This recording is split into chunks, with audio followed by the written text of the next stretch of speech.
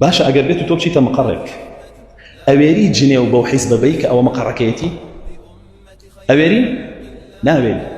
بۆ هەمووی ئەندامی ئەو حیزبەیە لێ قوبوڵ ناکە وایە نا یەک پرسیار لە جەنابتانەکەم ئەگەر خەڵکی ئەم وڵاتە موسڵمان بوایە هەمووی ئەندامی ئیسلام بوایە کە زەیوێرا جنێو بەخوای بە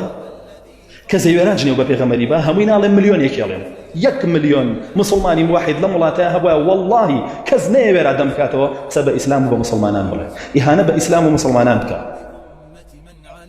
بەقەر ئەندامی حیزبێکیان لێ نایە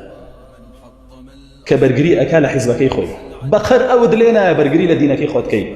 بۆیە ئەوانیش بە پێی غیرەتی تۆ پێڕاکێشن غیرەتی تۆ تاکوێ بوو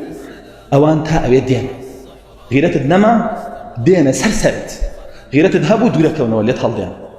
علامەتی ئومەتی محەممەد صلی الله عليه وسلم چییە وەکو پێغەمبەر صلی الله عليه وسلم فەرمێ مانگەڕەیە لێی دوورە لێ ترسێ ئێستا لە تەنیشتایە بەسەر سەرتەوە لێت ناترسێ والله علامەتی ئەوەیە لە ئومەتی محەممەد نیت عليه الصلاة والسلام دیگەنا کێ زاتەکە تەماشای تۆکە نەوەک جنێ و با بە مەنهەج و دین و ئیمان و هەموو شتێکت زۆریش ئاسایی بێ بەلاتەوە ساڵانە و ڕۆژانە و مانگانە ئەمانە بینین هجوومەک لێتە سەر دینەکەمان خواخوامانە بە کۆڵانێکا بڕۆین گوێن بەخوا نەدرێتیایە کەناڵێ بکەینەوە بەرنامە لەسەر خۆ پێغەمبەر و ئیسلام نەبێ بینیوتانە و کەناڵانە بە هەموو تەمەنیان بەرنامەیە بکەن لەسەر یەهودیەت بۆ پۆخڵەواتی نییە بینیوتانە بەرنامەیە بکەن لەسەر نەسڕانیەت بۆ پۆخڵەواتیان نییە بۆ قەشەکانیان ناچنە لای ئەو مناڵانی بەردەستیان هەموو ساڵێ بە 2000 و 3000 و 4000 مناڵ فەساد دەکەن لە هەموو ئەوروپایە بۆ بەرنامەیەکیان لەسەر ناکەن بەڵام پیاوێکی ڕیژدار سەیری ئافرەتێ بکە خۆ مەعسیەتێکە لێ وەشێتەوە سەحابە نەزەری کردووەی حاڵ لێی ئەکەن بەهەرا ئەمە موسڵمانە ڕیژدارەکەیەوەکە ئەی بۆ ئەوان قەشەکانیان سواری منداڵەکانیانە بن تۆ هیچ ناڵی هەر باسیشی ناکەی بۆ کەناڵەکەت هیچ ناڵێ موقفی نییە بۆ دوو بەرنامەیان لەسەر ناکەن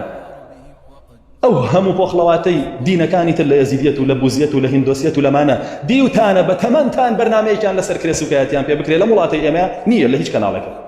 بە کەناڵی ئیسلامیەکانیش نییە هەمووی دێ جوانیەکە لەلات بەڵام توخوا هەمووی هجوم ناکاتە سەر دینەکەی تۆ هەمووی ناشرینی ناکات لەلات بەرەوەڵە بۆ موقف نییە مینبەرەکان بەدەست شوێنکەوتەکانی پێغەمبەری خواوە نین عليه الصلاة والسلام بەدەست ئەوانەوەن کە جێگۆرکێ بە قورئانەکەن و یاری و تەلاعوبی پێەکەن بۆچی بۆ مەصلحەتی ئاغاکانیان بۆیە تەنانەت مەلا نابێ لەسەر مینبەریش ئەو ئاەتە بخوێنێتەوە کە خوا دای بەزاندووە لەسەر یەهودیەت لەسەر نەسرانیەت بۆی نییە ئەوش بڵێ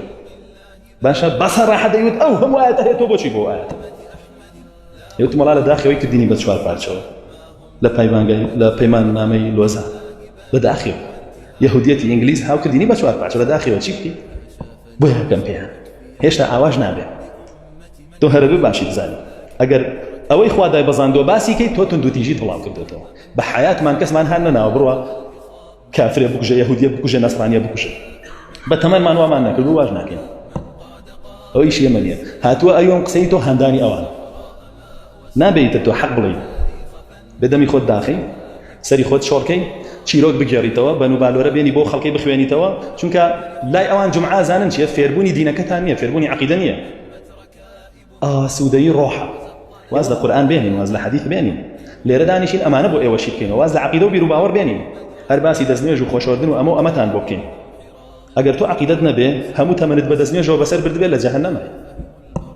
ئەگەر تۆ موحید نەبی پێغەمبەریش بیت بگەیتە ئاستی ئەویش لە جەهەنەمە ولقد أوحي إليك وإلى الذين من قبلك لا إن أشركت لا يحبطن عملك بتو بپیغمبرانی پیش تو جوتراو ای پیغمبری خدا صلی الله علیه و سلم که هموتان پیغمبر ذره شرک تان تیابه همو کردارتان پوچ الله بیت او پیغمبرایتش تان بو ناو جهنم بلام ام دانیشین باسی کردارکتان بو کین باسی شرک و کفرکتان بو نکین باسی توحیدکتان بو نکین بو خطره تنوتیجیه اسودی روح لتوحید انا بلا هیچ کانیه فسادی روحیش لشرک انا بلا هیچ کانیه